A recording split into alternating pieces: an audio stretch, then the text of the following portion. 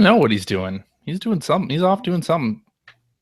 Gallivanting around Canada on a moose, majestically riding through the snow. He's off filming the sequel to Deadly Do Right. All right. There was a Deadly Do Right movie. I know. There was. Wasn't Brendan Fraser in that? Starring Brendan Fraser. He was. That's right. So, and by the way, I just saw the trailer for the new Mummy movie with Tom Cruise, and all I could think of is just like I was hoping that, like, sure, Tom Cruise is the headliner, but that the next name up would be Brendan Fraser, right?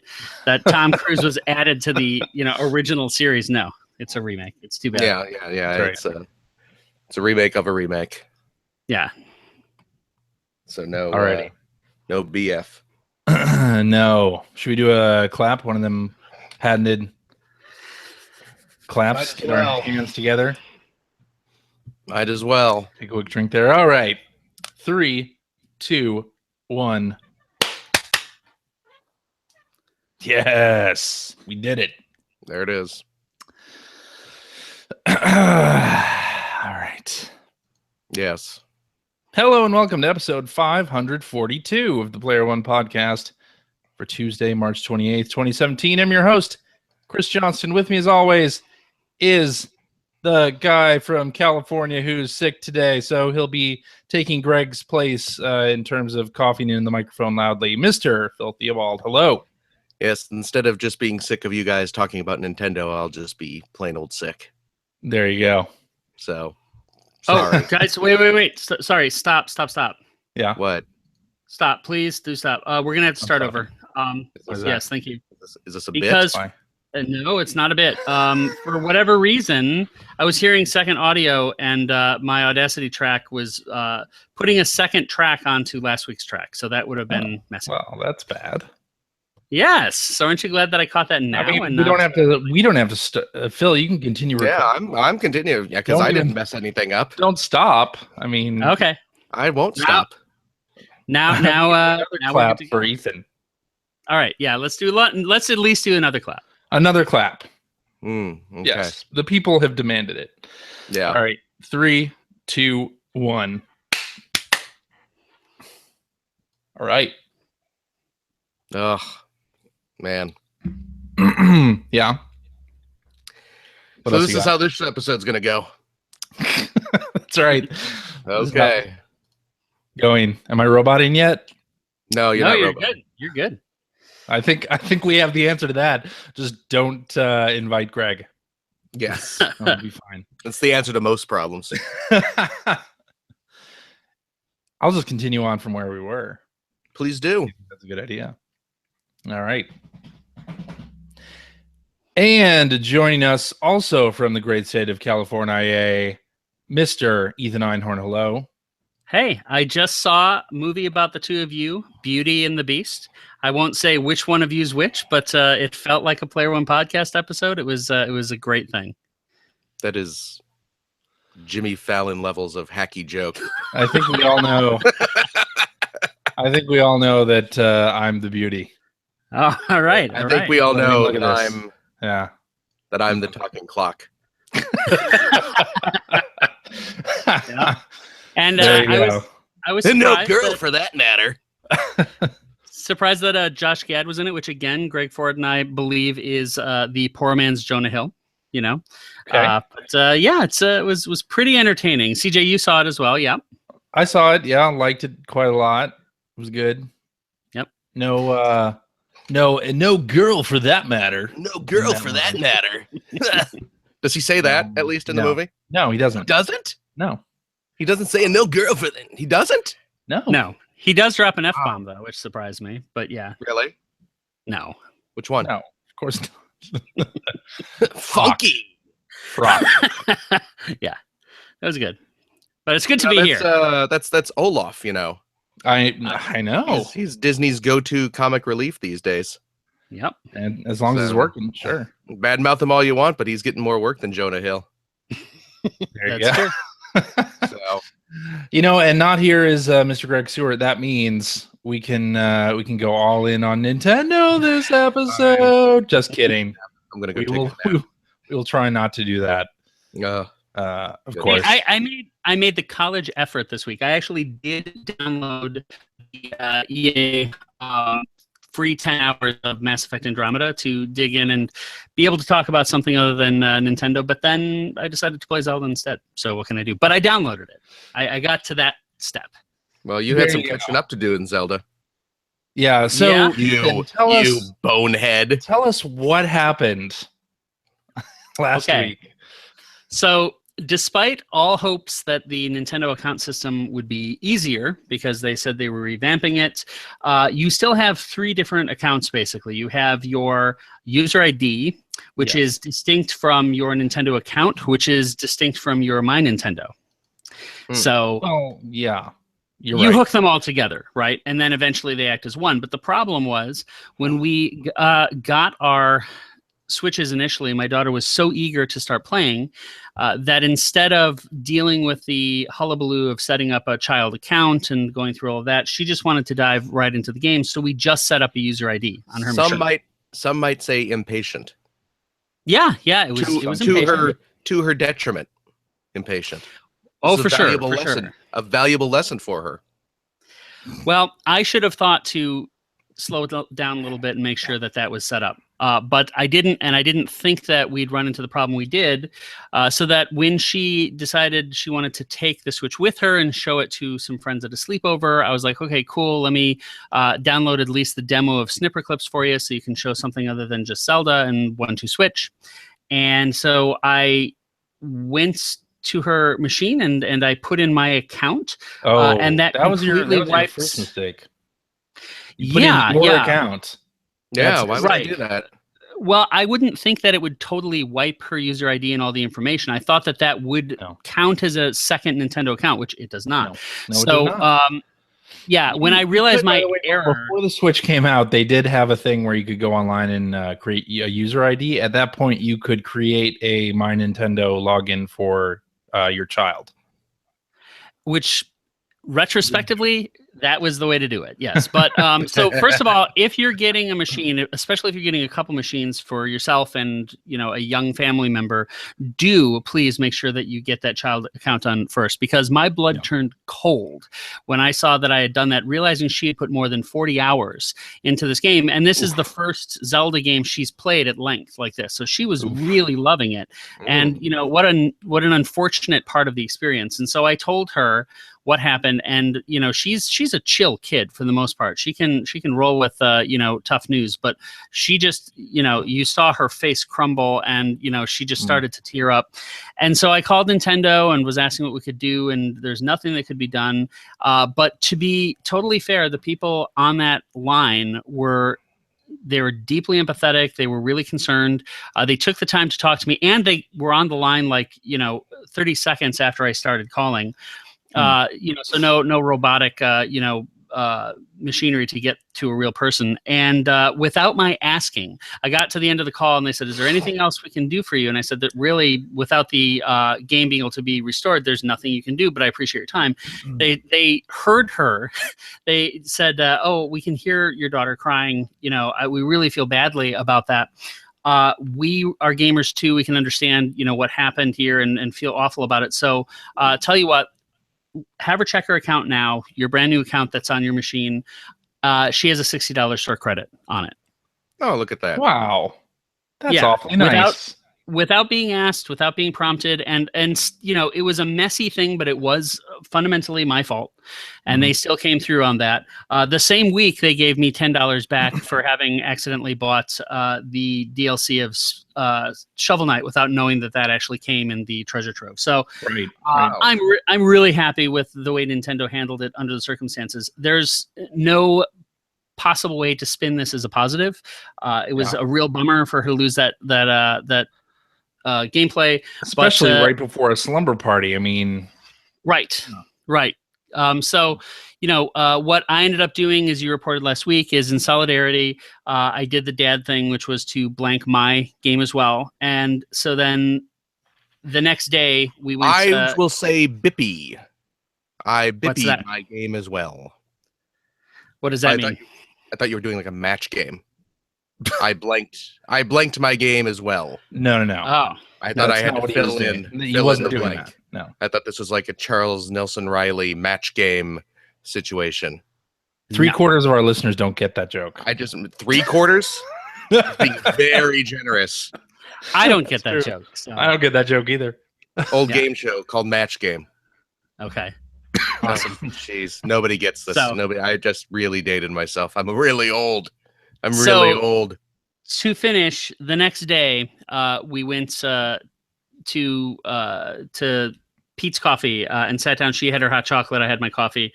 And we started on the Great Plateau again. And she was really excited that within an hour, she had been able to get off the Great Plateau where it had taken her 2 days before, right? So she's moved pretty quickly through the game since then. So have I. She's been mainlining it more. I've been doing more of the shrines.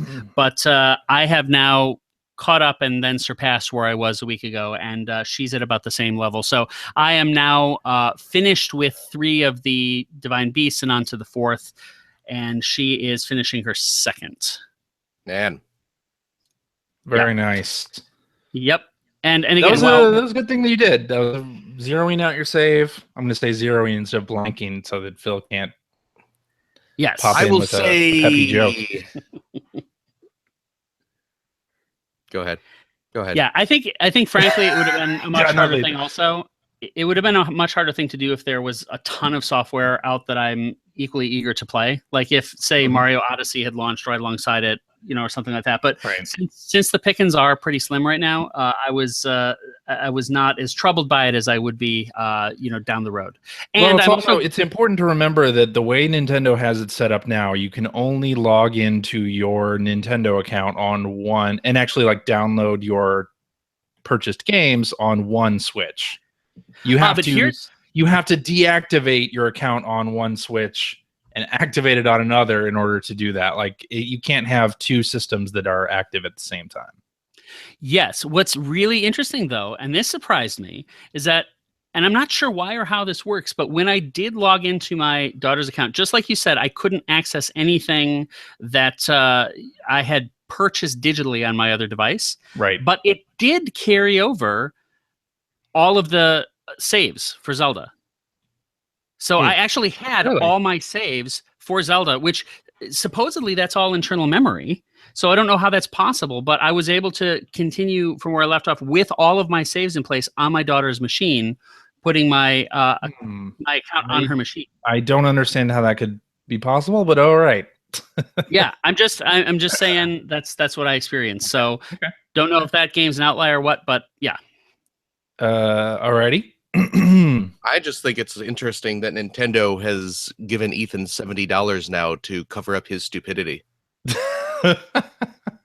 Well, it could well be that when they look at my account and see how much I've given them, they're right. I may You're a Nintendo knowing whale. it. That's what you're saying. Yes, Nintendo yes. whale. As CJ knows, they have any company keeps track of that, and if they see you're a heavy spender, they tend to treat you differently. Ah, I see. So now you're a big shot. I'm also a Nintendo whale, as you can easily see by the Zelda amiibo that I'm holding up, the Guardian. Yeah. Now, was I lying about the size of that box? That's huge. That's one. But this is a great amiibo. I love it. It is. I love all the Zelda amiibo, and they people corrected us. They are more expensive than regular amiibo. Yes, they are. I love using them in game, though. I love that you can use them over and over again. Actually, I got my birthday was yesterday, but we actually, for many reasons, opened up today. I was super happy. I got the Wolf on Horseback. Link on Horseback amiibo. I was thinking Wolf because we also were using the Wolf amiibo to unlock Link Wolf, which is really cool in the game. It is cool. That's awesome with his own hearts and all that. But in addition to the amiibo, I got this beautiful art book, which people watching can see, which is like Zelda spanning the ages and all the concept art and stuff, which is amazing. Is that art and artifacts? Is that the book you got? That's exactly it. Yeah. Excellent. I have that. That's a great book. It's a great book. I love it. Love it. So in addition to that, I ended up, instead of getting Pacific Andromeda or Horizon Zero Dawn or, a pre-order for Persona I ended up requesting just Switch pre-orders. So I now have fully paid off Splatoon 2 and Mario Kart and the Puyo Puyo Tetris.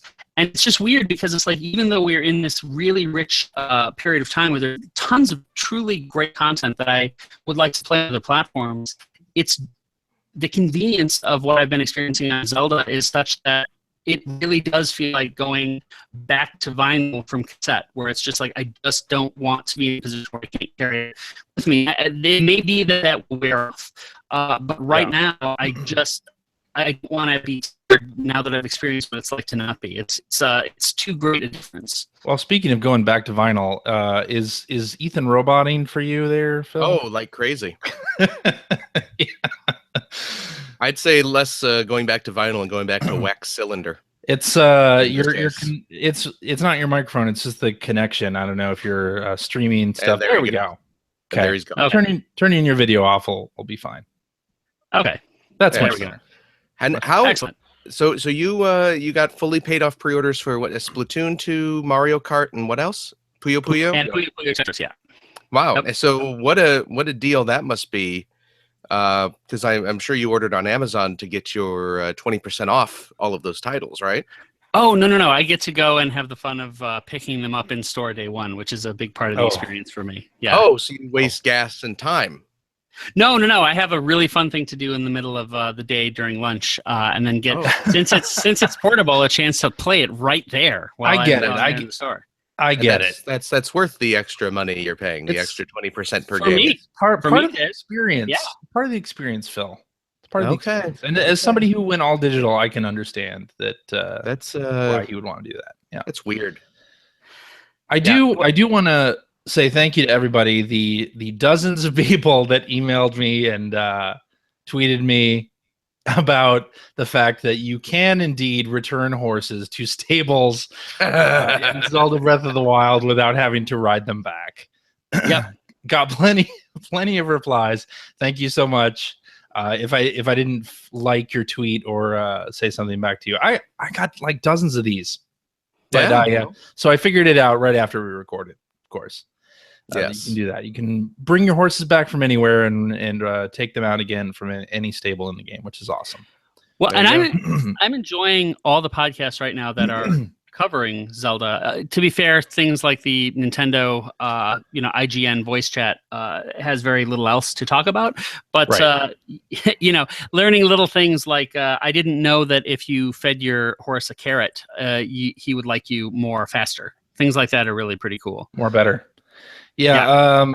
We'll talk about Zelda later. I think what we should do is talk about some other news first, and then talk about Zelda Breath of the Wild, because I finished that game. It's old news. I'm done with it. Man, done with it. I threw that cartridge out last week. All right. You just swallowed it. Though I just swallowed it. Before we move on, how many hours are you clocked at? Me? Yeah. 95 Woo. hours. All right. Got to get to that 100. Yeah, I'm very close to that. So that'll be no problem. No problem at all for me. All right. So last week we had a poster for Destiny 2 leak from somewhere in Europe that the release date is going to be in September, and there's going to be a beta. Yep. And, Kotaku journalist Jason Schreier said that yes, the poster is real, and there will be an announcement shortly. And I don't think the announcement has actually happened yet.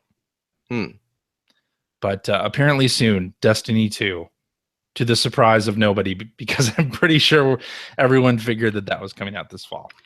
And that game's trajectory has always been interesting to me, because it got pretty lukewarm responses when it came out. And I played it day one, and it just didn't pull me in. I know lots of people ended up loving it, but the thing is now I know plenty of people who just are ravenous about it. Like Stephen Frost thinks it's one of the best games he's ever played, which, and that guy knows his game. So there's something there that really is like catnip for people. But I've never really gotten into it. And I think, again, for me, it's just the games as a service thing isn't my bag. But do either of you guys get into that game? I got into the alpha and the beta that they had beforehand, and then I also bought the game when it came out and played it a little bit, but didn't end up continuing with it. But I do see a lot of people on my friends list on the PlayStation playing it all the time. Constantly, there is at least a handful of people on my list playing it. Yeah, and I mean, kudos to Bungie for pulling that rare trick of developing from the ground up two IPs that are massively powerful. Very few companies can do that. That's Naughty Dog territory. So, very true.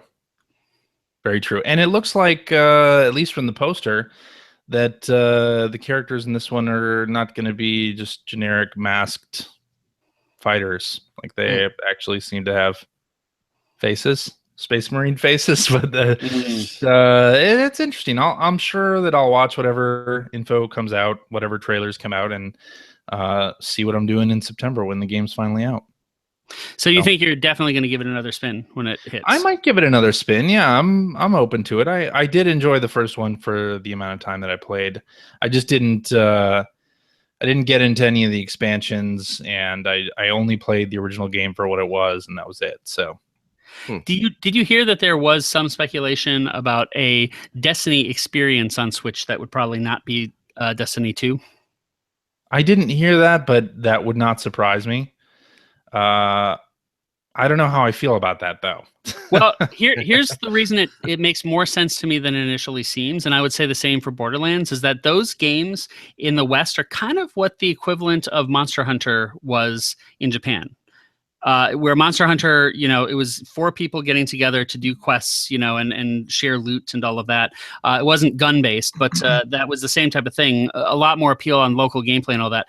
I could see a real appeal to playing something like Destiny locally or Borderlands, with your friends, with the option, of course, also to do it online. But that local component would be fun.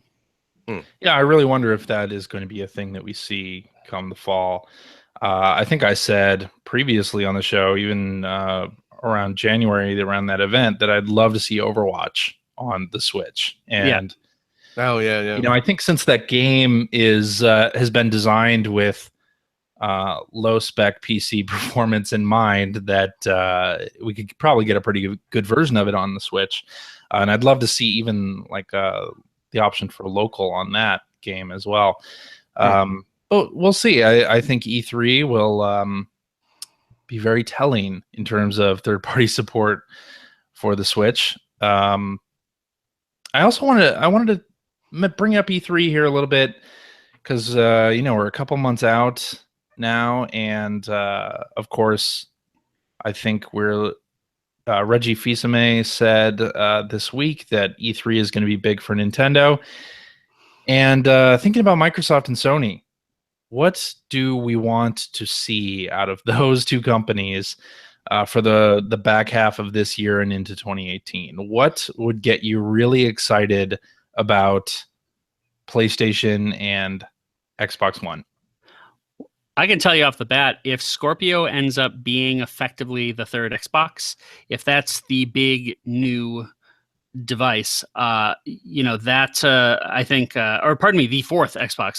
The Xbox One nomenclature always screws me up, but if it's like, the next real generation's jump and we're getting exclusive games for it, even if it has tons of backwards compatibility out of the box, that would excite me. I know they've said so far that's not the case, but I really hope it's not just a PS4 Pro. And something tells me if it's an order of magnitude more powerful than the Xbox One, there has to be at least a handful of games built for that from the ground up. Well, they said they're not doing that, though. In fact, they keep reiterating that, like when they announced a new controller this past week, which I don't know if you saw the announcement of that, but they basically reiterated that Scorpio is coming this year and will play all of your original Xbox One games and whatnot. So I don't think that's in the plan for them to make games that are exclusively Scorpio. As odd as that may be, I don't know. I thought when you said third Xbox, I thought you were meaning a third revision of the Xbox One, since they have had. Oh, right, yeah. 2 of those already. But yeah, with Microsoft, I also hope that it's not just an Xbox One Pro situation. I really want to see Crackdown 3. That was going to be my big. That was going to be my answer. Is Crackdown 3? Yeah, to me also, it's about exclusive games, and I mean it's E3. Of course, it's about exclusive games, but with Microsoft, I feel like they trot out the same 3 or 4 franchises, and to me that's appealing to the people who already own Xboxes and are already in an ecosystem, whereas I think their weakness is appealing to people who don't yet have Xboxes, and why those people should want to buy an Xbox One and play on Xbox One. And that's not another Gears game. That's not even another Halo game. That's something that we don't know about yet from a second party studio or a Japanese partner or something that you can only get on Xbox. And I'm not even talking about something like Dead Rising 4, where Capcom announces Dead Rising 4 and then says, oh, and also it'll be out on PS4 next year. Or the same situation happened with Tomb Raider, where people just waited. They didn't go in for Xbox on those games, and I think that's one of their big weaknesses. I think that the other challenge is that the brands that you just brought up, I think that they are still A-class, but I would question if they are AAA. Halo and Gears of War, I just don't know if they are the kind of move the needle type experiences they used to be. I don't think they're like Mario or Zelda games or Grand Theft Auto games, right? That deliver something totally new every time. And I think part of that might be that both of them are onto new developers now, but there wasn't a ton of excitement that I could see for Gears of War 4. And Halo 5 didn't feel like the event that even Halo 4 was the generation before, and again, this is just based on my personal observation and conversations with friends. But I think Forza, and maybe this is the Seward influence, but I think Forza is the only one that has stayed kind of the best of breed system seller type of experience. But how important are Gears and Halo now? Yeah, I don't know. I mean, Microsoft just released Halo Wars 2, and I don't think it did much of anything. And that was Creative Assembly. I really don't know. What's that? That was Creative Assembly. That was a really ace team. That's right. That worked on it. And I've heard it's very, very good. And that's the thing. These games are great. Gears of War is terrific. Halo 5, I thought, was really, really well done. So it's no criticism on the games. It's just, do they have the draw? That's why I think they probably need new franchises. I mean, sorry to say, it's time to maybe take the emphasis off of Halo and Forza and Gears and really come out with something new that's strong. And I think, the other problem that Halo suffered from is after the Master Chief Collection came out, they had so many problems there with the online functionality of that game that it soured people on the franchise. And I think the same things started happening with Halo 5, and it just has soured people. It has soured a community that was once extremely loyal to Xbox. Well, I think also part of the challenge is in one of your stories at the start, which is Destiny 2 or Overwatch for that matter. These big games as a service type products, Battlefield, right, are titles that I think are drawing people away from a lot of those first party Xbox games. Yeah. Remember, at one time, the game to play online before Call of Duty 4 was Halo 2. Yeah. The weird thing about that, though, didn't Xbox have some exclusive Battlefield 1 content?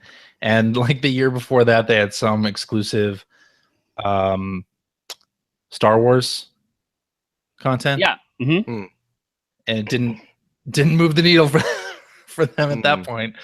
Like, the one thing I don't want to see from them is a push more towards the buy it on PC.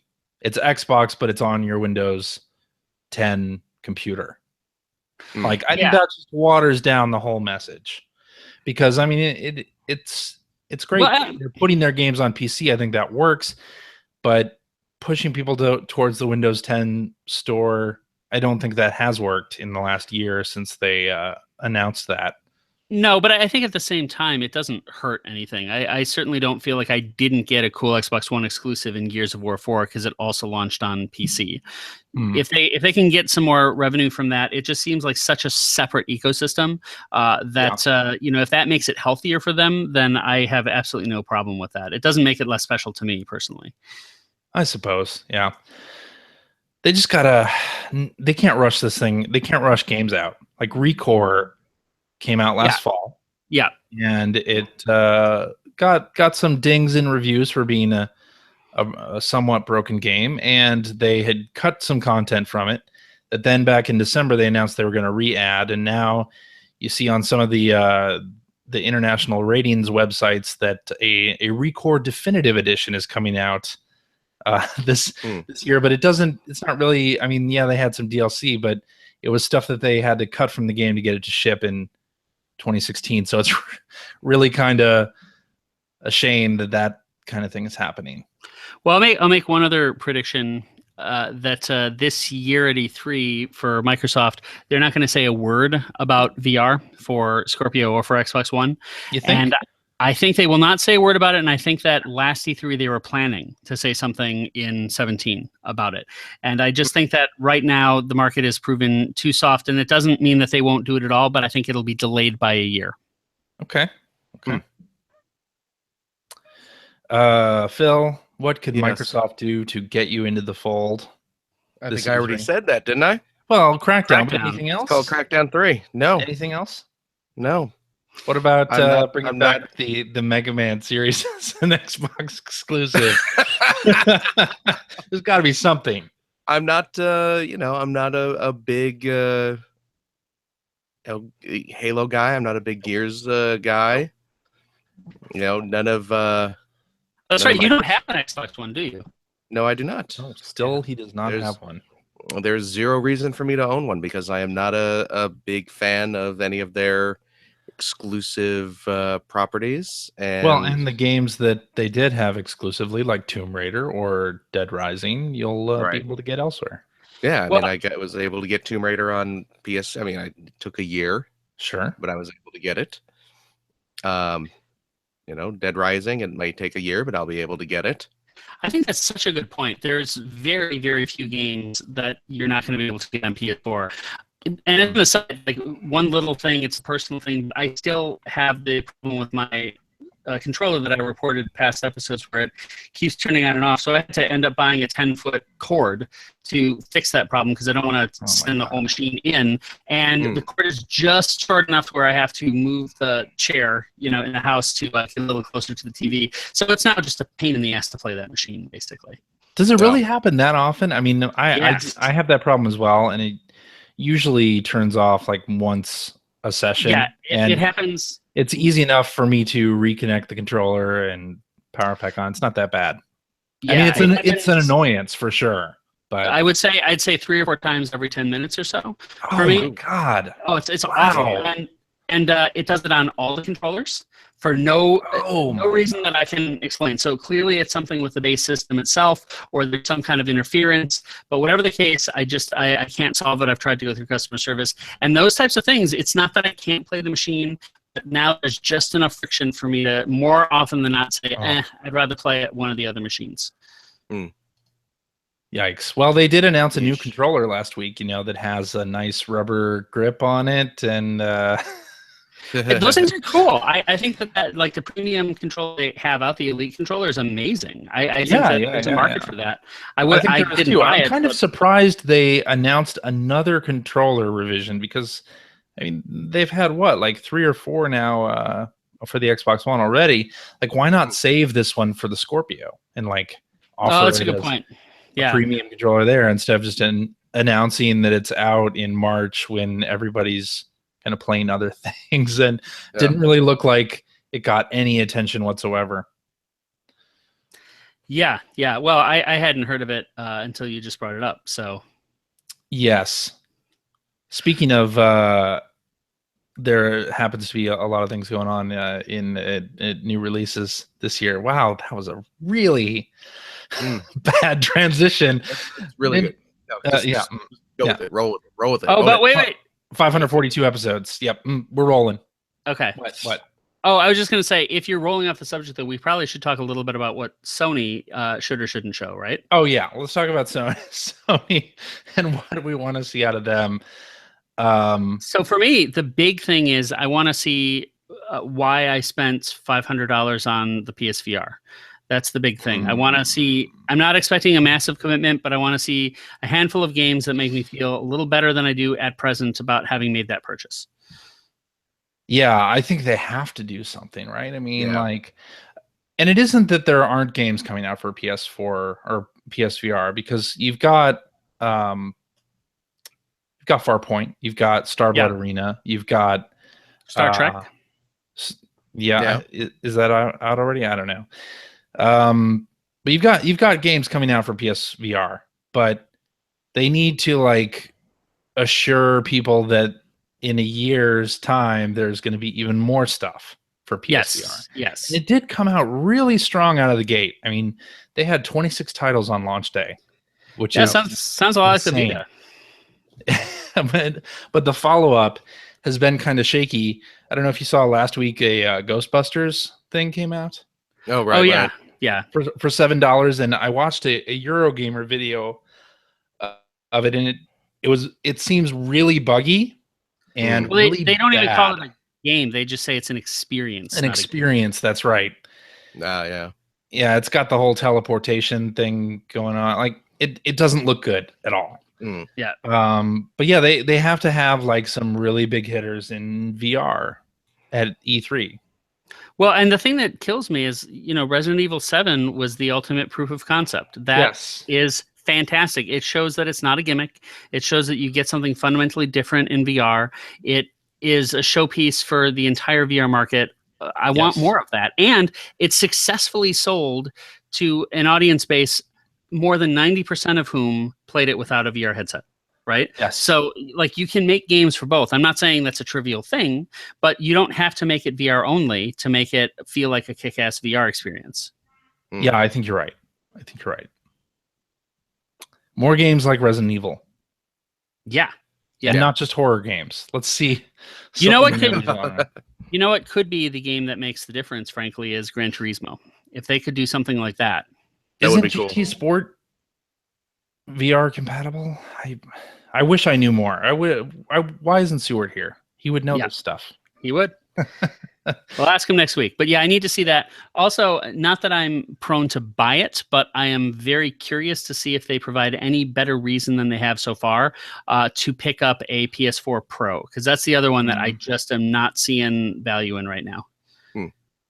Yeah, I mean, if you don't have a 4K TV, do you have a 4K TV, Ethan? I do not. No. Okay. Just wanted to check. There's really, I don't see any reason to get one. And I think part of the reason would be like better frame rates, but I am not at all the type of person that cares about that stuff. So yeah. I mean, right now it feels like the equivalent of like getting an iPhone 7 so that you can play real racing or something like that. Like, they even the best looking games, my point being, will be spec to the lower machine. Yeah, you're right. I think this kind of falls into the same territory as we were talking about with Scorpio. Sony has no intention of doing PlayStation Pro only games, right? Yeah. So makes that a little harder to sell to people who don't who can enjoy the same game on the platform with maybe a little bit of a graphical downgrade, but we don't own 4K televisions anyway. So what's the point? It would almost be like Sony doing a higher spec version of the PlayStation 2 that had HD or something back in 2005, and then expecting everybody to upgrade. I mean, at that time, people they didn't have high def TVs for the most part, and it took a completely new generation for people to want to buy those TVs for the new systems to really take advantage of them. Yep. Well, all right, I want to see more Naughty Dog stuff. Yeah. Well, of course. Of course you do. I want to see more God of War. I want to see more Days Gone. Bring back Sly Cooper. Oh, that would be fantastic. Right alongside with his movie, right? Oh, is that still happening? I don't think so. Wow. It'd be good to see some more Ratchet and Clank. I don't know. Like, for Sony, like I feel like their franchises are strong and their lineup of exclusives are extremely solid. Like it's even in the case where it's like The Last of Us 2. Yep. I want to see more. Like it's not to the point where with Halo, yeah, I've played 5 games or more with Master Chief, so I'm good there. Like, well, and Last of Us might be a 2017 game for all we know. It might be a holiday game. Oh, come on. You don't think so? No. Come on. Well, I'll just say at E3, whether it's 17 or 18, I think 2 of the biggest games at their booth, of course, is going to be Last of Us 2, but also I think we're going to see a lot more of the Final Fantasy VII reboot, and I think that's going to draw a lot of excitement. I do. I think that's going to be... That? Yes, I do. Okay. And I think Shenmue 3 is going to be shown and will probably disappoint. That's my guess. But we'll have to see. What you really mean is that people will remember what Shenmue looked like back you bet. Then. That's right. Yeah. So, but I think overall the strongest of the booths is going to be Sony's. I mean, they're the front runner in terms of the market, and they've already been doing a great job delivering this year. So, well, the leaked floor plan showed Nintendo and Sony have the same size space, and Microsoft has a smaller space. Interesting. Yeah. Well, and now with Nintendo, that's another really interesting one, because I think that it's reasonable to say that third-party publishers have been caught off guard by the initial demand and the increased production of the Switch. I mean, it's still drawing lines. When you see lines outside of a GameStop or Toys R Us, you know it's because there's the rumor of a restock. Right?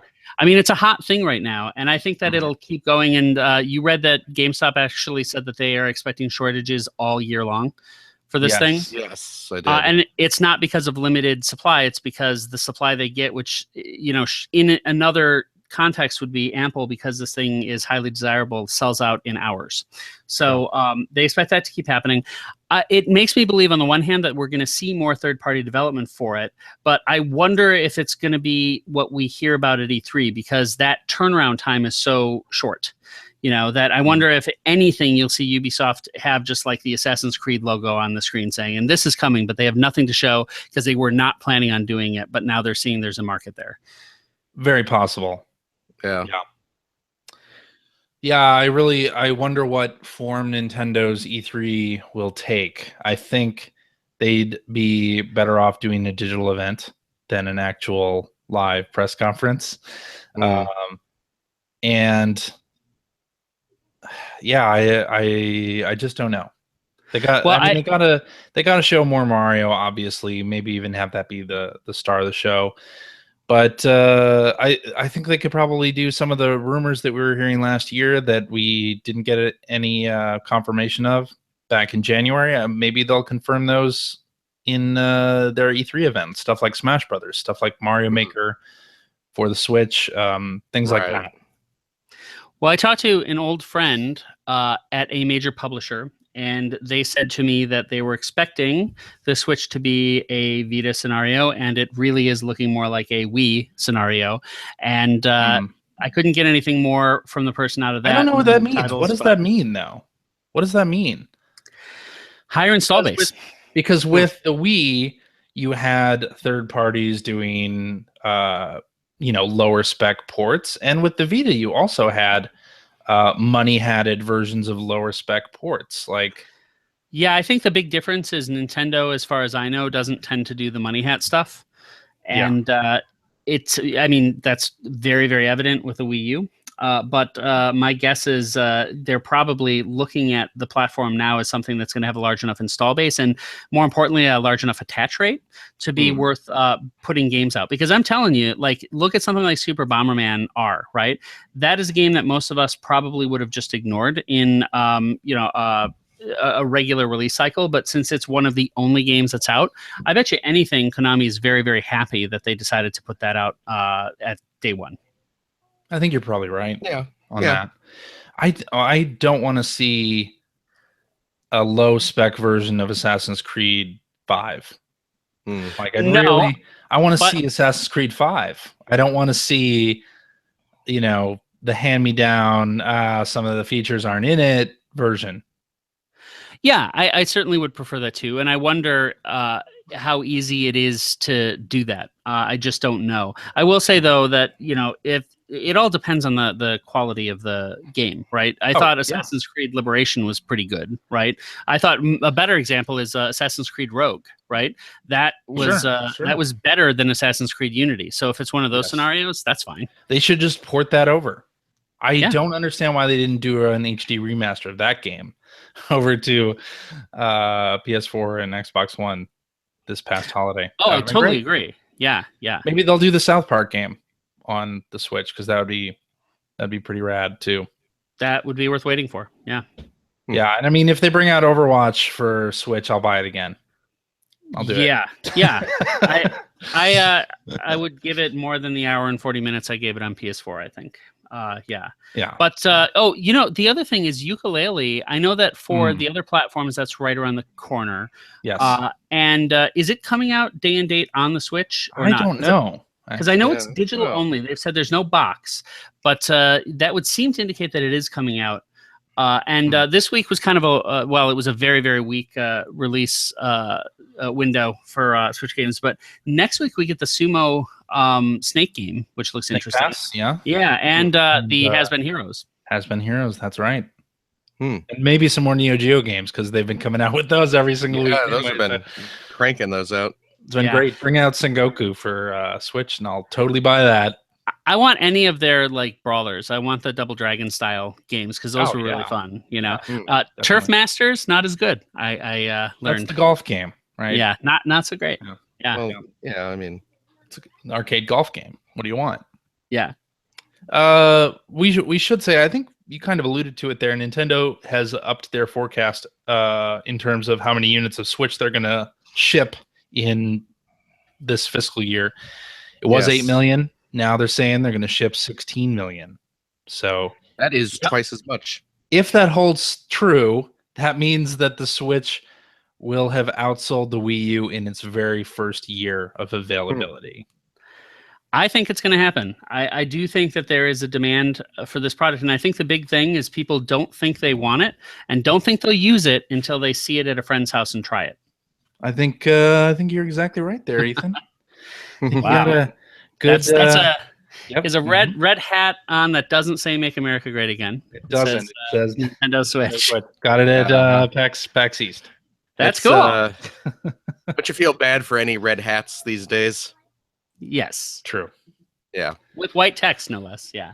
Yeah. Exactly. Indeed. I think that's all very exciting. I think it's pointing in the right direction, and I think there is a pent up demand. And I think also so much of that has to do with the fact that they were able to launch one of the greatest games of all time day one, which I don't think anyone can see coming. I know you like Bomberman, but come on. Wow. Well, let's throw in a tweet here. Sure. Okay. Because it kind of relates to what we're talking about just now. Hacker alias Mathman1024 says, how would the Switch have done without Zelda available on day one? Take Zelda out of the launch window, what happens? And to me, Nintendo wouldn't have launched the Switch without Zelda. Absolutely. Yeah, really. So you can't really separate it. I mean, if Zelda wasn't ready, they would have replaced it with another Mario. They would have replaced it with Mario or Splatoon 2. Right. Yeah. Not even Mario Kart, I don't think. They would not have launched that system with 1-2 Switch. No, they would not have. So I don't think you can separate it. Well, and it's so funny because I love now that you can see after the 10 days how much time you've put into all the games. Yeah. And literally everything on the machine says less than an hour, except for the 75 hours I put into Zelda. Same here. I have other games, but nothing has come even close to the time that I put into Zelda. Yeah, and I haven't turned on my Xbox or my PlayStation more than like for 2 minutes to download whatever free Games with Gold or PlayStation Plus game was available that month. This past week pre-purchased. You did? PlayStation game. What game? Huh? I made a digital pre-purchase on my PS4 for Parappa the Rapper Remastered. Oh, I did that too. Nice. I did that's that. That's a good choice. I did that as well. And of course, I'm going to be playing Rain World from Adult Swim Games on PlayStation 4 this week when it comes out on Tuesday. Of course. Yes. So now, but CJ, do you and Phil, do you feel at all that when you go back to playing something that's a big game, let's say a Persona 5 or something like that, that in the back of your head you're going to be playing, thinking, but anyway. Okay, but whatever the next right. like epic scale game is, right? You're going to ask if I'm going to feel like the game suffers for not being portable? Are you going to wish that was there? Yes. No. Okay, interesting. No. You won't think about that. No. I probably won't either. Okay. So the Splatoon 2 test fire happened this past weekend, and of course I was all over that. Was playing it downstairs in the family room 11 p.m. on Friday.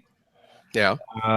My daughter and my wife were like, we're going upstairs. Like, it's bedtime.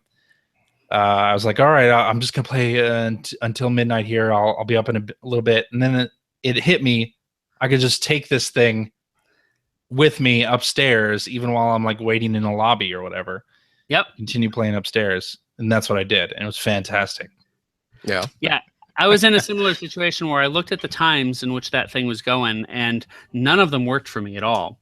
Of course except, not. Except on Friday, if I chose to play during my lunch hour, I could do that because there was a 12 to 1 on Friday. Yeah. And so it was so great to be able to just, take the Switch into work at lunch, be able to hook up to Wi-Fi with another friend of mine at work. We're both playing, we're talking side by side. And that can only be done with a Switch. That portability is so cool. Yeah. I played the 7 a.m. test fire from bed. Oh, jeez. It was absolutely amazing.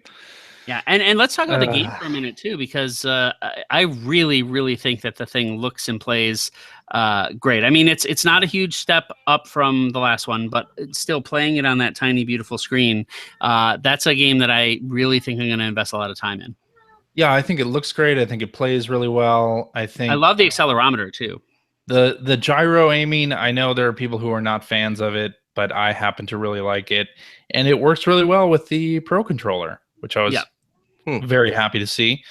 Works well with the Joy-Con grip too, but and with the system, like it works fine in all those configurations for me. So yeah, I'm pretty happy with it. Yeah, I'm looking forward to it. And it was a pretty smooth test fire. It was. Good. I will say I do miss seeing the bottom screen a little bit. It's nice to see that in real time. I agree, and they also changed the button for jump is a different button. And I kept bringing up the map. Yep. But overall, yeah, it's great. And I saw a lot of people who had not played Splatoon on the Wii U enjoying it on Twitter and on our message board. So it still it feels well. so new. It really feels fresh. It feels fresher than like Garden Warfare, right? Which itself feels nicely differentiated, but this is better. Yeah, I can't wait to see what other features they have in store, because of course this is not just Splatoon Deluxe. They are calling it Splatoon 2. I think for a reason, and I hope the content lives up to that. And I'm sure Nintendo has a lot of post-release content for this planned, because they did for the first game. So I'm ready for this one. Hopefully it'll come out sooner rather than later. They said summer. I hope that means June and not August or September. My guess is it is, because you're seeing a cadence that is becoming pretty comfortable now. We're like, next week we get, as we said, Has Been Heroes. The week after is Lego Undercover, which I'm really, really excited about. Yep. May 2. Then we're really close to Puyo and Mario. And so then having that next month, it would make a ton of sense to, in May even, Well, it would make a lot of sense too, since the audience for Splatoon, at least in the US, are a lot of younger players who will not have school. Yeah. It's be good to get that out there for them. So I think it would be great also if this really did become an esport game. I think that would be a big deal because I'll tell you, I know you love Overwatch, and I certainly understand why people love it. But I prefer Splatoon. I think Splatoon is a more fun game. It is for me anyway, and I would love it if this became an esports game on that kind of level. I agree. I played around with the different weapons and the different specials they had in the test fire. I really like the splat dualies. I even toyed around with the charger a bit, which is the more of the sniperish weapon, and was having a lot of fun with that one too. So it was fun to see how people were quickly getting better over the course of even 1 hour on the first test run. It's true. Yeah, but it still just is one of those examples of with the Wii U having been this interesting case of a commercial failure with a lot of really interesting titles. There are experiences like this that are going to be totally fresh to people who've never played it before. And I mean, as excited as I am about this and Mario Kart, I can only imagine how I would have felt if I hadn't owned Wii U as well. Yeah, you keep using the word fresh when referring to Splatoon. Stay fresh. Is that intentional? Not intentional, but appropriate. But there you go. Yeah. Stay fresh, Ethan. Well, let's get into the rest of what we've been playing. And Phil, why don't you kick us off? I've just been playing a little Zelda, but not nearly as much Zelda as you guys. Where are you up to? I am still. I just arrived at the fish people's palace. The Zora domain. That's what they're called. Zora's domain. Okay. It's my first of the beasts. Yeah. And I just arrived there, so. Okay. Yes. And I was just going to say, everyone seems to go there first, and I'm a little bit surprised that the game does kind of push you that direction because, I don't know what you think, CJ, but without giving spoilers away, I think that the Rudos are actually much easier than the Zora area. Oh, I would agree. Especially the journey towards Zora's domain is kind of difficult. Yeah. Compared to I got caught in I had a lot of trouble getting through a camp of bad guys who were there was like 1 million dudes armed with those shock arrows. Zalphos with the shock arrows. Yeah. Which were one-hit kills for me. Yeah, at that point in the game, sure. Yeah. So I had quite a bit of trouble getting through that particular part, but at least the game is very generous with the saving, and it's very to reload. So I've just been busy with work and then sick this weekend, so I haven't had much of a chance to play it, but okay, but that's where I'm at, so I'm lagging behind. I'm a bad podcaster. I know.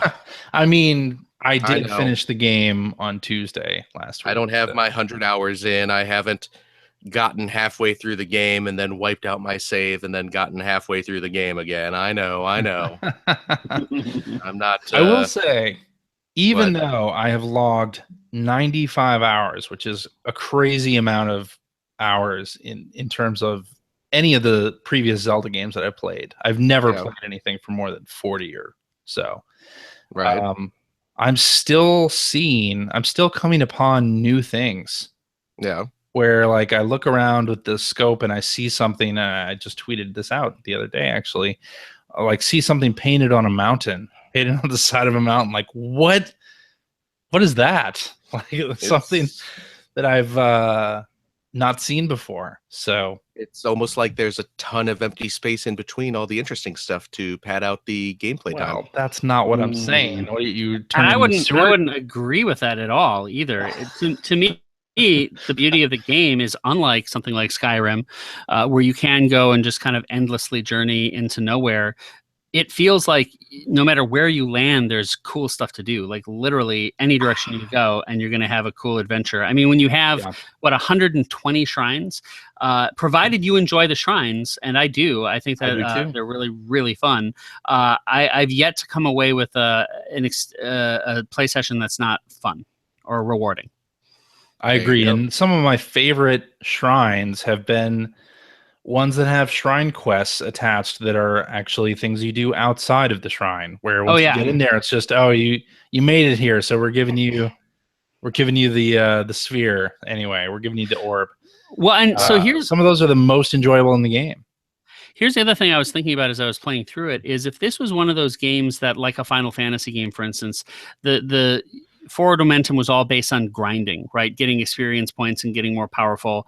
And it was just about repetition, instead of where Zelda gives you all these kind of cool puzzles, and they're all physics-based, so they're fun to play through and try different routes. It's like, I think I would have been deeply, deeply frustrated playing everything over again for the first half of the game. But as it stands here, I didn't have nearly that kind of problem, because the feeling of progression really is based on, having fun with physics and trying different things and doing it your own way. So if you're a more experienced player, you jump in and you just do it differently than you would have as a brand new player. And you have an experience that tailors itself to you like that. Yep. I think it's been interesting that for me, I do every shrine I come across. Whenever I hear that beep, I just have to find the shrine. Me too. My daughter is just, trying to, go through, just the core story as quickly as possible. And my son, being 6, can't really do much more than run around and try to find cool weapons and attack things. But the game actually suits all 3 play styles very well, which is surprising. Yeah, it does. Yeah, it really does. I will say, so I finished the game. When I finished the game, I was at 75 hours. So I've put in another 20 hours into this thing after that point. I don't generally do that. Have you ever done that? No. So it's kind of surprising in that way. Yeah. And I would wonder. I still ding the story. I don't like Zelda's voice actress at all. I don't like how the memories are done really at all. But the story around it, the text, especially like the stuff that Cass gives you, and some of the peripheral stories, I like those a lot, and I like the stories in general of the Guardians, who don't get nearly enough time really in this game at all. But I don't like Zelda. Wow. Which is a weird thing to say, but yeah. Yeah, I don't have that problem, but I do feel like the one area in which I'm more than comfortable cheating is to find the lost memories, because I'm just bad at trying to find those things. I found organically 3, and the others I am just going to the strat guide and looking up and doing that way. I found most of them on my own. I think I only had 3 that I've looked in the guide on, and I only have 1 that I don't have right now. And here's a tip: if you're looking for that stuff, go to watch out for the mousies. Go to the stables, because there's an artist there.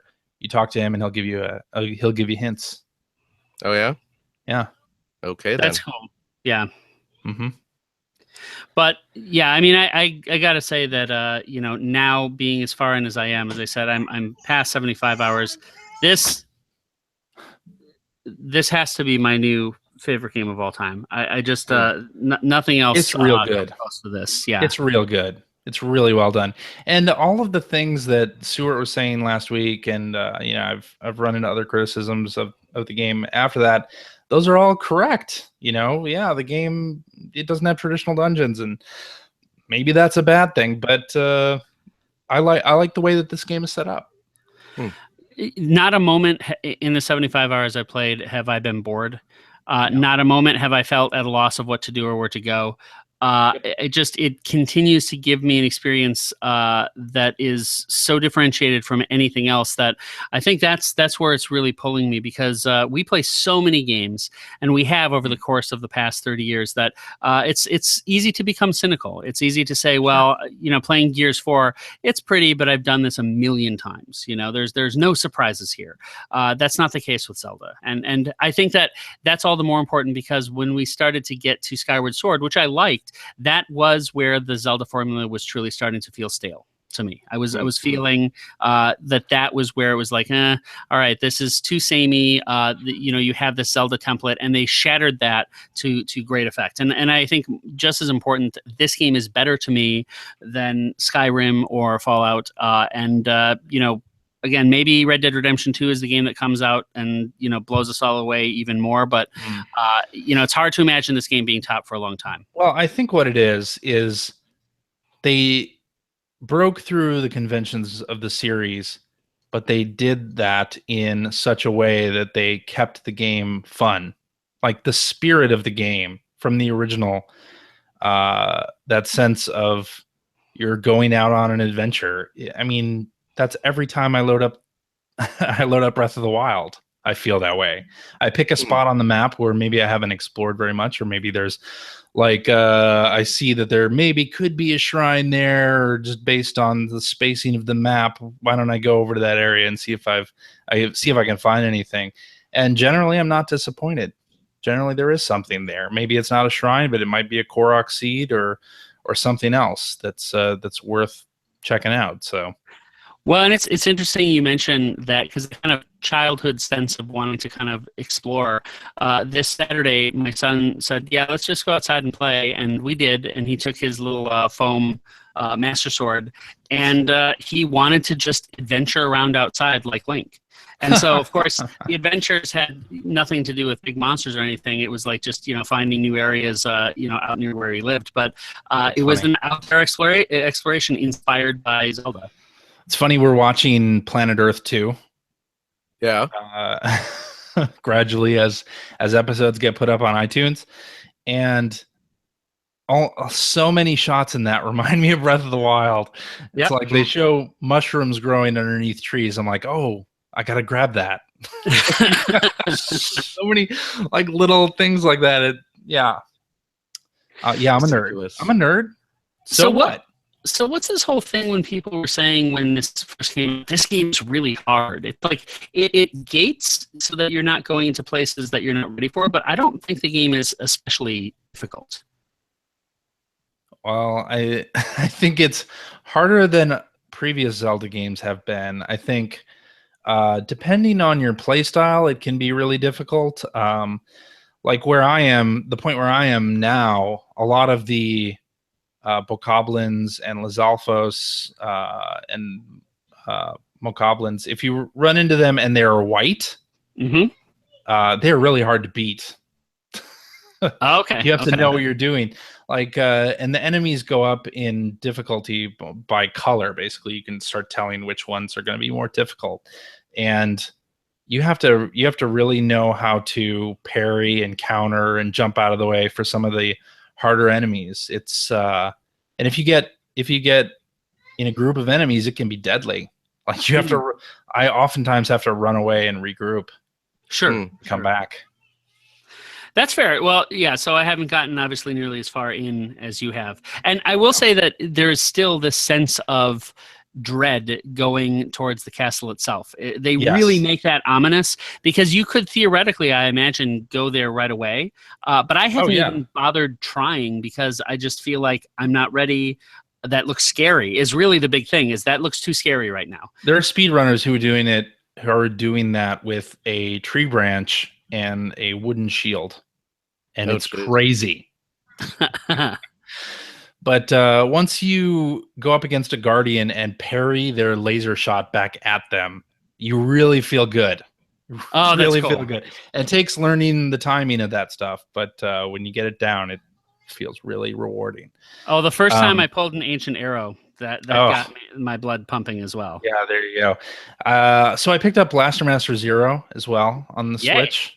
which I really like it, but I haven't been putting as much time into it because I'm still playing Zelda. Yeah. But Blaster Master is really good. I got to the 3rd level on that, and I haven't picked it up for a couple of days. But you can switch. You can switch the button that confirms in that game. We were talking about that last week too. Yes. You can switch it. Cool. Yeah, it's between that and Shovel Knight. Those have been kind of my go-tos for playing something a little bit different than Zelda when I want a breather. Damn, the Switch screen looks great. Yes, it does. Blaster Master and Shovel Knight just look really good on it. They do. Well, another thing that looks really good too, and that we've been having some fun with is, getting the Neo Geo games. It turns out if you are a dad and you have a son or daughter that is, in the 6, 7, 8 range, and they're having trouble playing regular games, the simplicity of arcade controls combined with unlimited continues actually makes that type of thing really, really fun. So I've been playing a lot of Shock Troopers with my son, and we have an ongoing narrative where he likes to be the tough sergeant, and I'm the rookie that needs his help and all of that, and and it's all quite silly, but we just play through and continue until we get to the end, and he's very happy he has a game that he's beaten, and it's all blowing tons of things up just like Metal Slug, and it's a lot of fun. And better still, it's one of those games where when you disconnect the Joy-Cons and put them to the side, it is basically the configuration of a Neo Geo controller.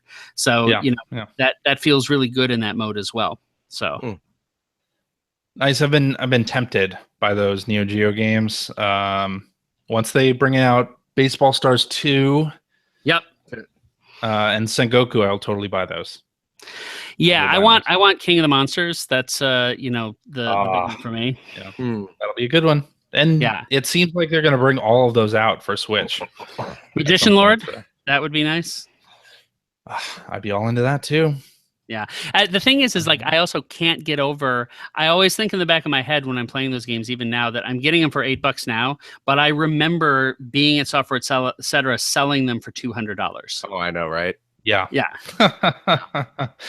Crazy. Yep. All right. How about we talk about some tweets? Sure. Or do you have any more stuff you want to talk about there? No, I think that. That cut it off. I think we're all kind of playing the same thing. So exactly. We're still playing Zelda. Yeah. In other words, I want to get to Horizon Zero Dawn. I really do. I just haven't started it up yet. I've downloaded the patch. I'm ready to go. Just got to load it up. Yep. Same here. Alrighty. Let's do tweets. Start with this one from Hacker Alias Last Place 09, who says, what multi-platform game would you buy only for Switch just because it was portable? I'd be all over Doom. Oh, Doom's a great one. Yeah. Doom would be a good one, yeah. Yeah. I mean, mine's Overwatch, for sure. Yeah, Overwatch, again, I think that even if you had some fully expected deficiencies in terms of the frame rate or the visual fidelity, that would still be so worth carrying around with you like that. I mean, I think again, if they had a Switch appropriate version of Destiny, that would be very exciting to me. Same thing with like a Diablo 3. I would love to play something like that on there. Yep. I think really any kind of big multiplayer game that's kind of loot rich and you play for a very long time would be really satisfying to be able to play anywhere you go. You know what, though? I mean, I'll just say it. I want all multi-platform games to come out on the Switch. Yeah. Like, I don't want there to be a question. And I think the thing of it is, like, I also want them to be good multi-platform versions, right? Like that'll be the other question that starts coming up as this starts happening is the Switch version good? Or like how debilitated is the Switch version? I don't know. Like, well, and 8.4 Play was graphics like, does it look as good, etc. 8.4 Play was saying that the Dragon Quest Heroes 1 and 2, that those games look and perform much worse on the Switch than they do the PS4. They did say that, yeah. Which, all right, then I'm not as interested. and that's a game that graphically, is not lifting as heavy a weight as like a Titanfall 2. Right. Yeah. All right, Hacker Alias P.O. says, if the Switch was as powerful as a PS4 Pro, but only $100 more expensive, would you have still purchased day one? Of course. If it was $300 more expensive, I would have. Well, yeah, look who you're talking to. Oh, my goodness. I mean, first of all, I don't think you're going to find a system that is as powerful as a PS4 Pro in the handheld form factor quite yet. I think we're going to be a few years away from that at this point. I mean, the fact that the Switch uses a variant of the Tegra mobile processor, I mean, that's completely different than what the PS4 Pro and Scorpio are pumping out. So you're not going to see that happen with only $100 differential in the price. But I still would have bought one day one, of course. Well, and what's interesting is even as technology gets miniaturized, I think eventually, obviously, it would be viable to have at least Gen 1 PS4 guts inside a machine of that size. But I think where Nintendo is always going to have the advantage is that it's all on the game cards as opposed to optical discs, right? So Sony would either have to make sure that you could have multiple terabytes that you could download, making it a download-only solution if they did like a on-the-go PS4, or they'd have to offer the game two different ways, as a cart and as an optical disc. That's a little clumsy. Yeah. Alrighty, Hacker Alias Jason Whitman says, does GameStop's recent performance mean the end of in-person video game retail? Uh-oh, Ethan. I don't know. GameStop's stock, of course, slid. They had a 16% drop last week. Yeah. Because they talked about its results for the fiscal fourth quarter, and they were not great. And they're closing over 100 stores, I believe, They're closing about 150 stores as well. Yeah. What percentage of their total number of stores is that? It's like 2 or 3%. Right. It's small, but I mean, it's still significant. And, I think that the numbers are continuing to deteriorate. Again, I think that, as I said last, a couple episodes ago, we're past that dark future of everything's going to be digital and free to play and all of that. And there's still a space for GameStop, but I think it's going to be a much smaller footprint than it used to. It's a shrinking space for sure. Yeah. I mean, remember Musicland and Sam Goody? Yeah. As things start to go all digital, which it's only growing, it's going to be more and more difficult for specialty game stores to remain out there in such a large number as GameStop is. Yeah, I think the thing though that's going to continue to make at least a significant enough number of them to not collapse altogether viable is they still have to solve the problem at retail of you go to a digital storefront and the game is $60 and you can't trade it in, right? So many customers, especially on the core base, are so used to being able to buy their game, beat it in 2 weeks, return it for $30 store credit, and effectively cut in half the price of their next new game. So until you make it so that these people can get brand new games for $30 a pop, you're gonna still have an audience that's very, very hungry to be able to trade in the stuff they've played. Yeah, I know a lot of people jumped on that plan that Microsoft had back when they first unveiled the Xbox One about, basically being able to sell back digital games because they were the disc was your key, right? Mm-hmm. But I feel like that it would be the next logical step for this, to basically have a physical representation of your digital purchase that then you can sell back. I think you can't underestimate the emotional boxes I think people use to define value, right? So another example of that is calling the Switch a console versus a handheld, right? When you call it a console, now you're comfortable with $60 games instead of $40 games, right? And you feel like the very value is my console experience on the go, right? If you called it a handheld that you put on your TV, it would not feel as valuable to you. It would not feel as revolutionary, even though it's just a semantics difference, right? Same thing with, I think, the idea of being able to physically own something and then make the choice to trade it in, I think that feels different than even if you could do it digitally. I think at least trying a solution digitally makes sense and is a good thing, but there's a lot that goes into people's habits in terms of what they define as value, how they've purchased things before, and how that brings them to either accept or reject different models. Mm-hmm. I think you're right. All right. Let's move along. Let's do this one from Hacker alias Guillaume NWR, who says, anything you're looking forward to on the 3DS, or are you now done with that system? Fire Emblem. Fire Emblem Echoes coming out in May. I'm getting that, and I am getting the amiibos, and I am very excited about it.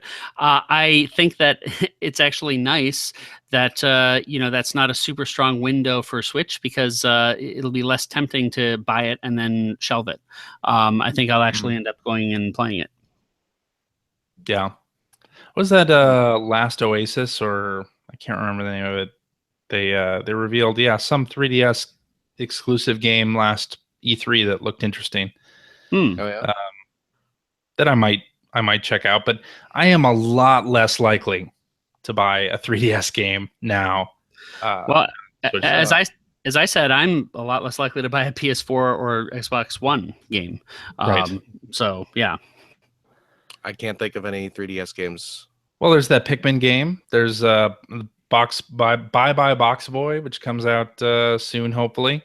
Okay. But the Mario Sports game, whatever that is, just came out. I heard that wasn't very good.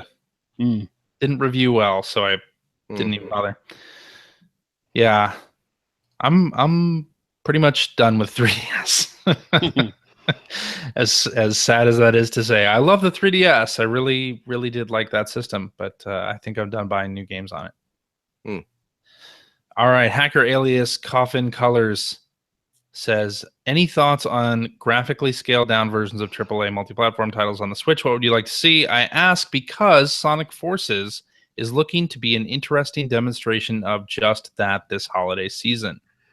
Yep, I'm going to be really interested to see how that looks and plays on it. A lot, I would imagine, is going to be based on, were they defining it kind of initially as something that should play beautifully on Switch that can be upscaled, or is it something they've been building for PS4 and Xbox One and then decided to downscale? I think that's going to be all the difference. And I think we saw that with, Sonic Heroes, for instance, where that game did not run very well on the PS2 when that came out, because it was targeting the GameCube.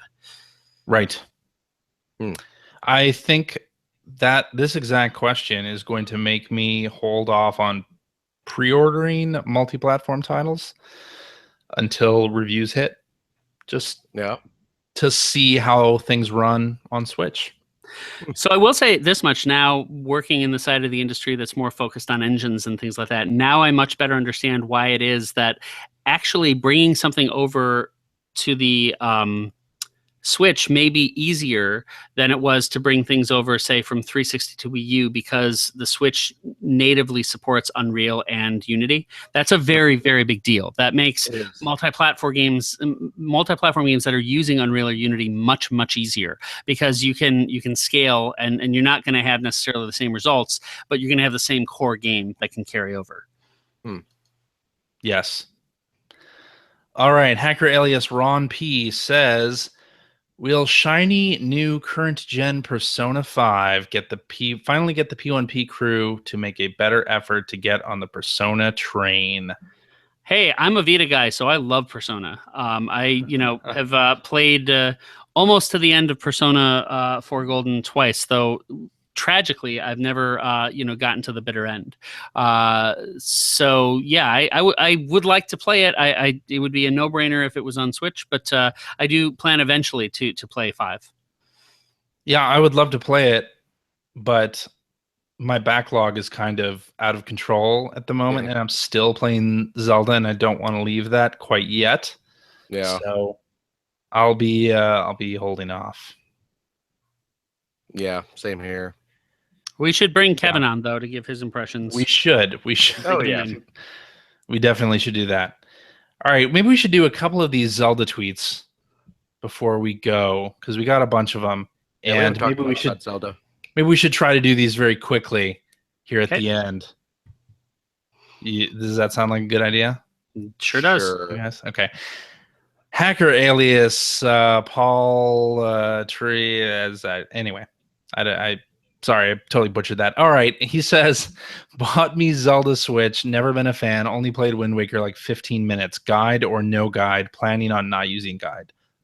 First of all, Wind Waker, you only played it for 15 minutes. What is wrong with you? It's like one of the best Zelda games. That's hardly enough time to get into it, certainly. Exactly. Yeah. But I don't think you need to play with a guide. I would say no guide. No, don't, at least not to start with. Yeah. I have found that only once I've gotten about 40, 50 hours in did I start periodically using the guide. Once I decided there are certain things that I was okay spoiling just because of the huge scope of everything. Yeah. Hacker alias Notorious KFC says, is Breath of the Wild the evolutionary step in the series that will be iterated upon? Odds we see a more conventional Zelda again.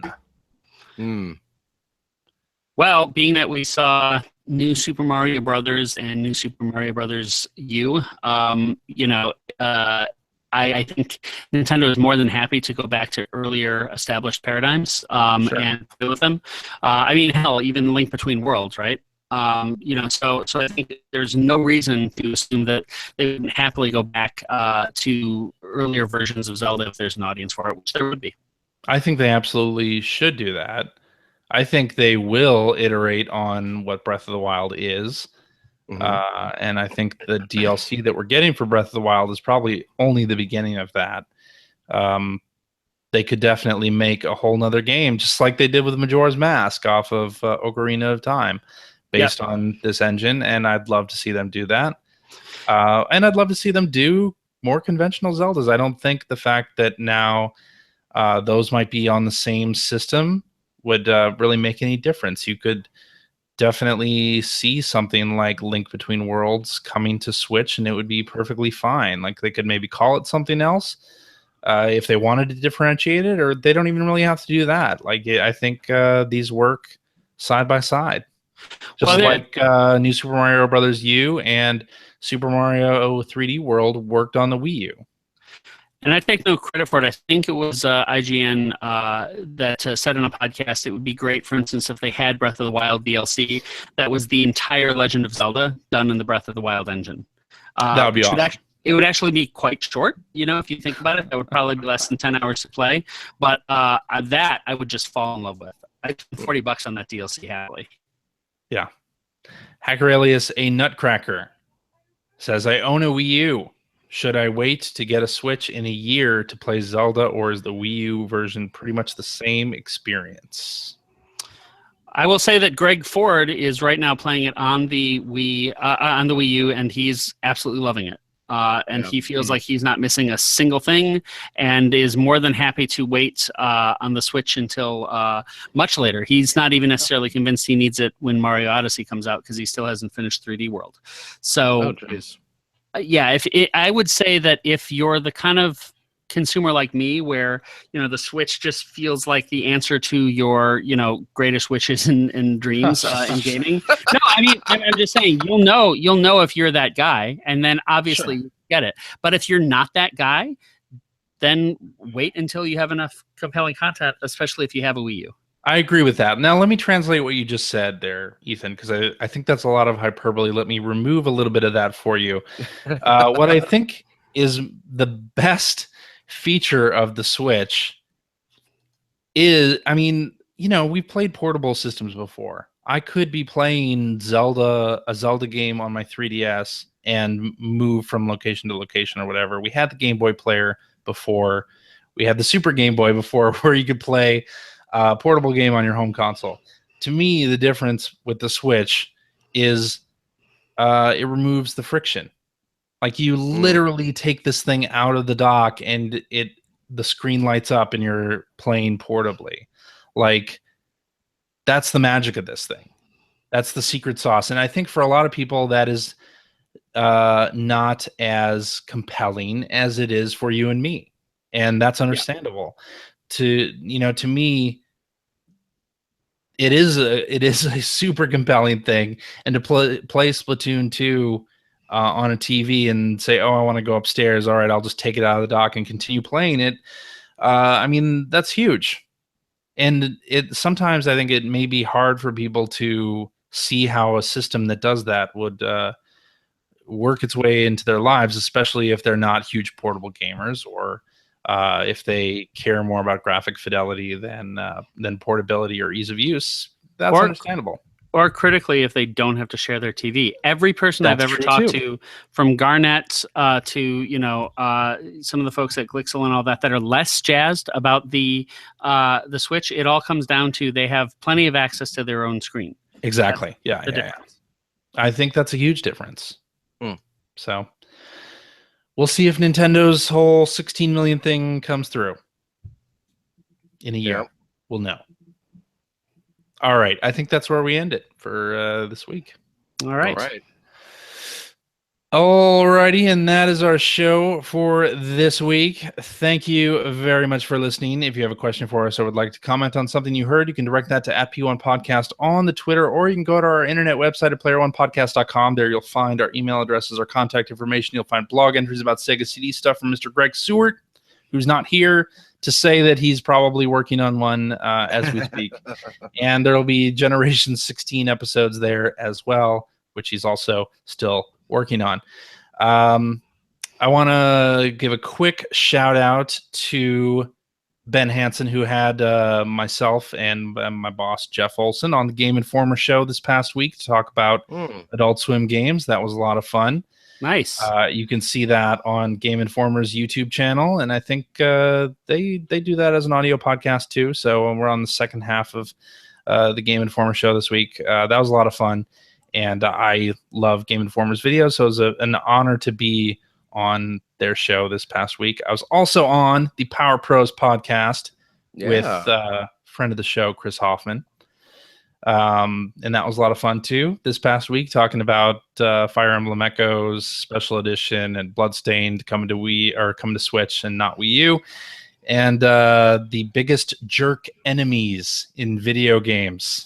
So you'll want to listen to that too. I'll put the link to both of those in the show notes. Also want to mention that we are taking part in Scoop Fest 17. Yeah.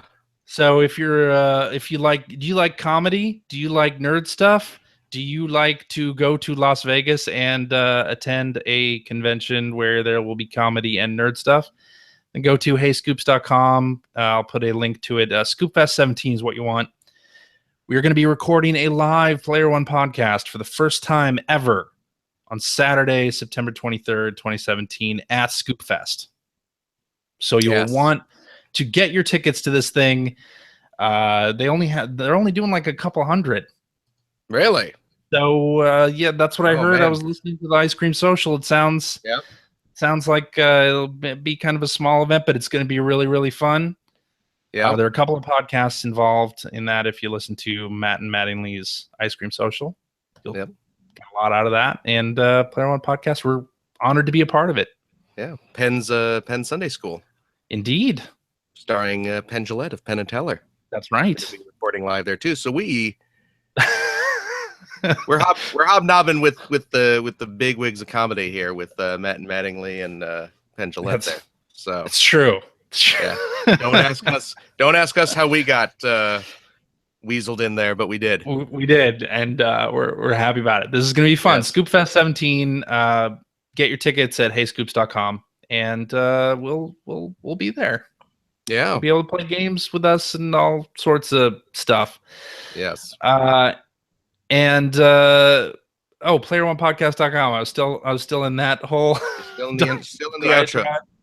Here, okay, so PlayerOnePodcast.com. We also have a forum where you can discuss lots of things. You can discuss Zelda. You can discuss the Splatfest. You can discuss Persona 5. Like whatever you want to do. It all comes back to PlayerOnePodcast.com. Whatever you do, don't confuse Splatfest and Scoopfest. No, Very different things. Yeah. Yep. If you're in Vegas and you ask where the Splatfest is, they might direct you somewhere you don't want to be, or maybe somewhere you do want to be. Well, and then Russia will blackmail you, and it gets really awkward. Ooh, they're bringing the political humor home. I see what you did there. Yeah. If you'd like to subscribe to the Player One Podcast, you can do so by visiting player1podcast.com or by going to the iTunes Music Store. While you're at the iTunes Music Store, you can also invest $1.99. Cheap. There we go. To pick up the Player One Podcast iPhone application, gives you one-touch communication with us via the emails, the Twitters, what have you. You also have all of our episodes ready to stream right to your listening device. And hey, Android cell phone. But you can tell I'm sick, can't you? Yes. That was a weak and hey. That was a very weak one. Android cell phone telephone users, the Player One Podcast iPhone application is available for your listening device as well for that same $1.99. Also cheap. You can find that right over there at the Amazon Android Marketplace. We're also on Stitcher Radio. You can like us on Facebook. You can make Nintendo great again with CJ's Switch hat. You can watch us live most weeks on the youtubes.com/P1 podcast. You'll also find archives of our shows there to watch as well. And if you've liked what you've heard, and how could you can head over to patreon.com/P1 podcast. Throw a few shekels our way. It keeps CJ in vaguely politically themed caps. Pew, and, pew, pew, pew. And oversized amiibos with bendy legs that he can make childish sound effects for. That's right. Pew, pew. Man, oh man, CJ. Right. You and your toys. You and those infernal toys of yours. What do you think? You know what? What do you think about this guy? You're so smart, huh? Look at that. You know who that is? Nope. Huh? You don't know who that is? Oh, that's Krang. That's Krang and his giant android body right there. I couldn't see it that well. You were kind of getting pixely there. You're getting pixely there. What do you think about that, buddy boy? Maybe I like it. Maybe your whole dumb business is pixely. What? Okay. If you have a couple bucks left over, head over to generation-16.com. Send a few bucks Greg Stewart's way to help support his fantastic web series, Generation 16, about North America's favorite runner-up, the Sega Genesis. How's the latest episode of that coming along, Greg? It's going real well there, Phil. That was my Greg. Like it? Clearly no need for him to be on the show anymore. We have a perfect doppelganger. Sounded more like I gotta put cap on to make it seem like Greg. Yeah. It's going real well. Still sounds like one of the Golden Girls. I'm sorry. Oh, damn. Which one? The one that played Maud. I don't know. The one that played B. Maud. Arthur? B. Arthur, thank you. She has a name. She has a name. The one who played Maud. You're banned from Golden Con 17. That'll also be next to Scoop Fest. You know, getting on me. Getting on me about people not getting the match game jokes. Everyone's going to get the Maud reference. Well, CJ turned it into a scat joke, so you know. The only reason I got the Maud reference was because of Family Guy, right? The Family Guy did a Maud. Yeah. Anyway. It's like, this is crazier than that time Maud joined the A-Team. And they went looking for the Goonies treasure. Yeah, I'm the Family Guy. There you go. Mm-hmm. There's my Family Guy joke for today. This is what people come to Player One for. Curse you, fat man. Oh, I'm a baby, but I'm going to get you. Ooh, curses. You see, that's good work. My other. Yeah, that's the rest of my Family Guy impression right there. Mm-hmm, mm-hmm. Yeah, I'm pretty much the best. You can check out my videos of me doing 100 different voices on YouTube. I'm the man of 1,000 impressions. You're today's Rich Little. I like to think so. Mm-hmm. You can insert your own little short joke right there. Mm-hmm. You're at least in the top 3 for Sam Raimi impressions worldwide, I think. Oh, Jeepers, thank you. That's so kind. It's not a large field. That's why I said top 3. Thank you. CJ, Yeah. thank you so much for putting all this together. Well, thank you, Phil, For what? for showing up this week. Even though you're sick, I am. You showed up. Where's Greg Seward? Where's your Greg Seward? I darn near slept all of yesterday away, quite literally. I was in bed pretty much all day, just sleeping. It was Yikes. It was no fun. Hmm. Ethan. Yep. Thank you. Oh, thank you. We had a blast out.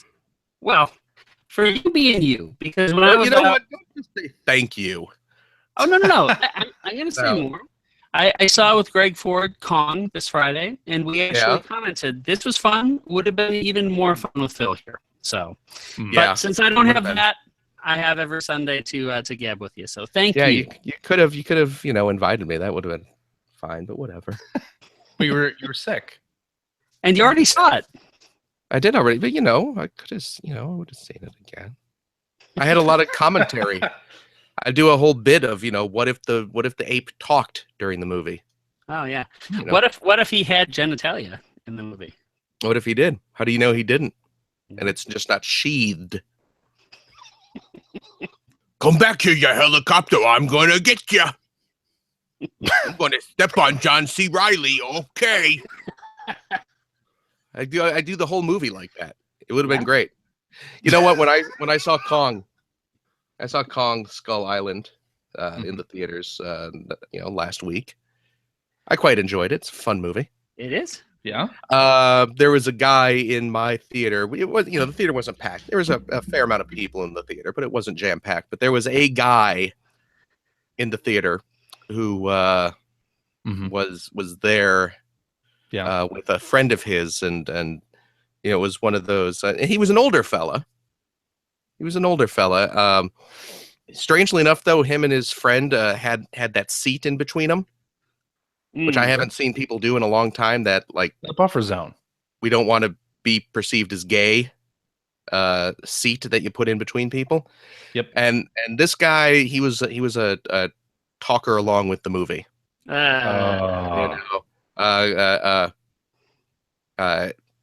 Big tree gets thrown at a helicopter. Oh, look out! Oh, a lot of that kind of thing going on. Gotta love that. Here he comes. Throw Nichols at the back of his head. He will shut up, and we won't know where it's coming from. Now, who is Nichols? Any coin will do the job. That sounds like a mobster nickname right there. Well, if you did it, we could probably call you Nichols, and it would be a cool nickname with meaning. Hey, come here, Nichols. I'm going to chuck you at this fella. Well, he was sitting behind me, though. That was the problem. Oh, I see. That is a problem. Yeah. Can't do that, then. Yeah, you'd have to be very skilled to do it. Yeah. Yeah, which I am not. So, okay, next week. Yep. Let's do it. Yeesh. Bye-bye, everybody. Bye-bye. So long, everybody.